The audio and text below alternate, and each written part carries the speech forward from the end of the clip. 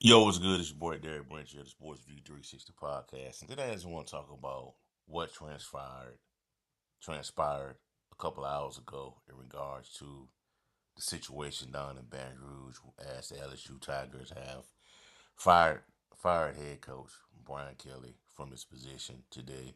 And I believe it's going to be the buyout is going to be pretty significant. They're going to negotiate his buyout, and he's out the door as the head coach of the LSU Tigers. Now, it has been, pretty. Right now, man. I would think it's a dark time in Louisiana sports right now because outside of Tulane, the Tulane Green Wave football program, LSU football season is getting off to a really bad start this year for 2025. Right now, it's really bad because the New Orleans Saints, are not doing good. And the LSU Tigers, the state's flagship college football brand, they're not doing too well. And there was a lot of high expectations on this football program heading into this season. And I had some high expectations as well. I thought at a minimum you could get to the playoffs with this roster that they assembled because they had brought in some really good receivers, Nick Anderson, Barron Brown. He brought back Aaron and Aaron Anderson was coming back from last year. Last year's leading wide receiver. Um, there was some talk about the O lines, questions about the O line and all that, but for the most part, people thought this team would be good. People really did thought this team was going to be really good this year.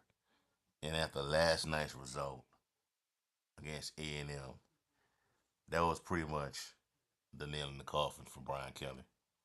It was, and I've seen it done in the past, but last night it felt like they were at Kyle Field.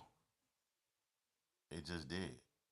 Because when A&M got on defense, you hear that same type of noise, the same type of crowd noise you hear at Kyle Field where the crowd is going, eh, and then like, yo, they've taken over the stadium. That's how insane it was last night. And A&M did whatever they wanted to LSU after in the second half. Because I think LSU had the lead like 18, I think it was 18-14 if I'm not mistaken. LSU was winning, and I thought it was gonna go and pull it out when Marcel Reed or those interceptions. But they bounced back, man. They moved the ball up and down on the LSU defense. You know, and um, there's just been a lot of theories on why Kelly didn't work in LSU.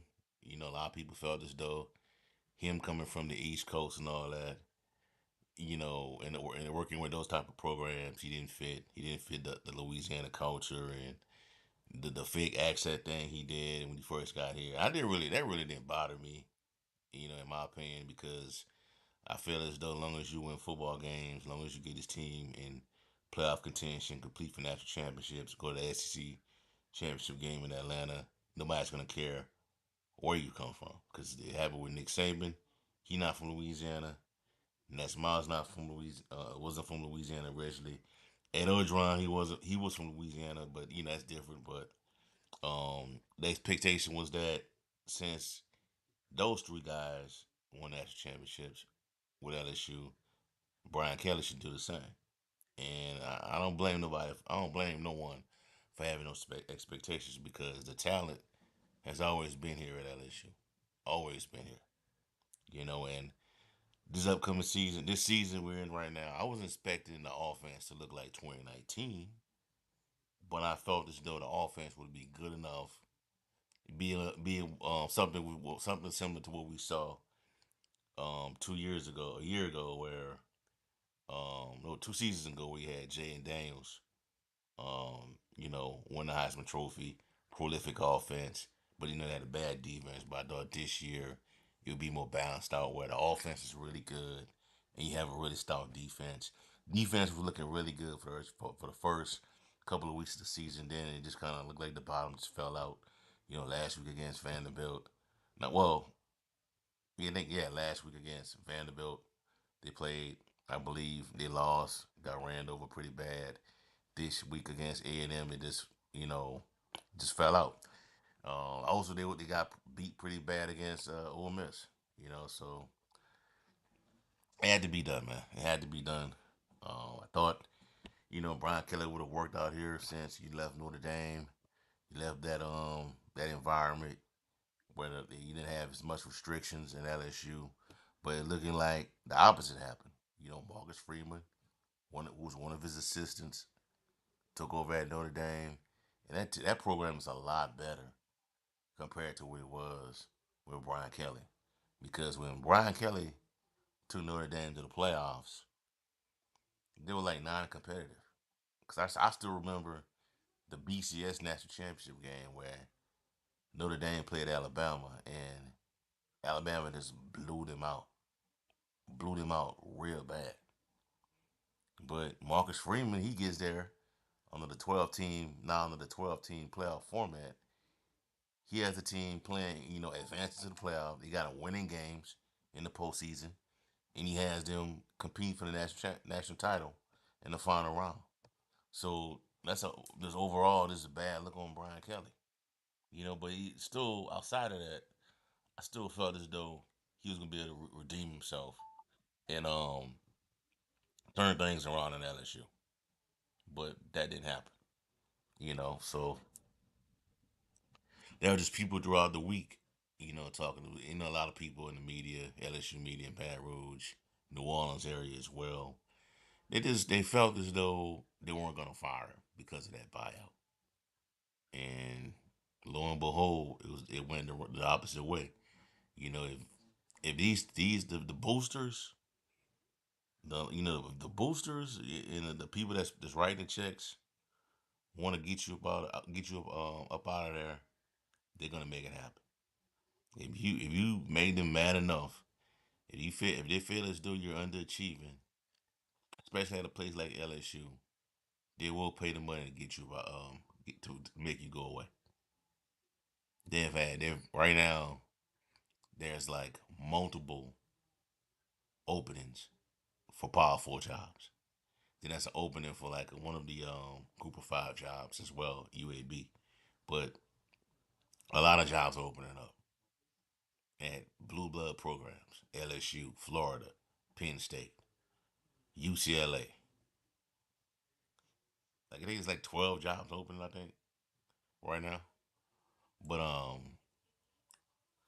it had to happen, man. Sorry that it didn't work out for Brian Kelly, but LSU, we got standards, man. We got standards. There should be no excuse. I'm not trying to sound elitist or anything like that, but there should be no excuse why LSU should not be competing for national championships, competing for playoff berths year in and year out. There should be no excuse, you know, because the talent you're coaching in a place that has a talent hotbed for recruits, for talent, high school talent, and then you're surrounded by Texas, a neighboring state. You can go to recruit out of Tennessee. You can touch Tennessee.